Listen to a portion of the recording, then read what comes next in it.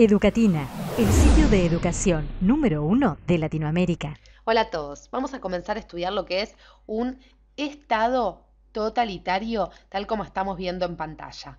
Ahora bien, para comprender lo que es un estado totalitario tenemos que primero concebirlo como una especie de superación de aquel estado liberal democrático, como vimos en varios videos de política, así como también una superación del capitalismo de libre mercado. Entonces los principios clásicos del estado liberal, que recordemos eran, por ejemplo, las elecciones abiertas, la división de poderes, los derechos individuales, van a ser todos estos reemplazados por una dictadura personal.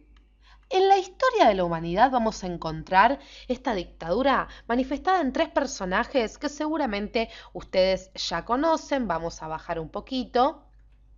En el caso de Italia tenemos a este señor que estamos señalando aquí, a Benito Mussolini. En el caso de Rusia, de la famosa Unión Soviética, el periodo stalinista, entonces hablamos de la persona de Stalin.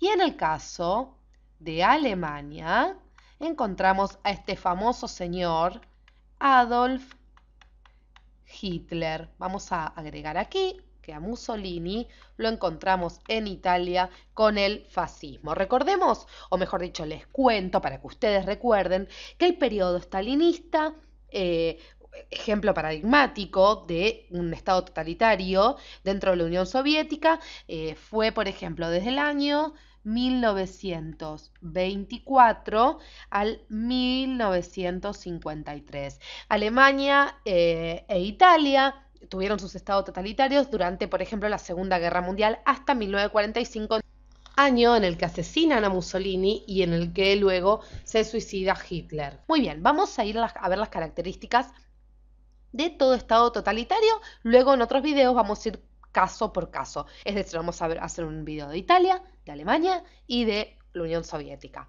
Todo estado totalitario cuenta con un partido único, no admite otro partido que no sea aquel en el cual el jefe, la cabeza, sea el dictador, por ejemplo, el Partido Nacional Socialista, en el caso de Alemania. Hablamos de una fuerte propaganda política y una censura y manipulación de la opinión pública, grandes movilizaciones masivas aclamando por ejemplo, al Duce, a aquel Benito Mussolini de la Italia fascista.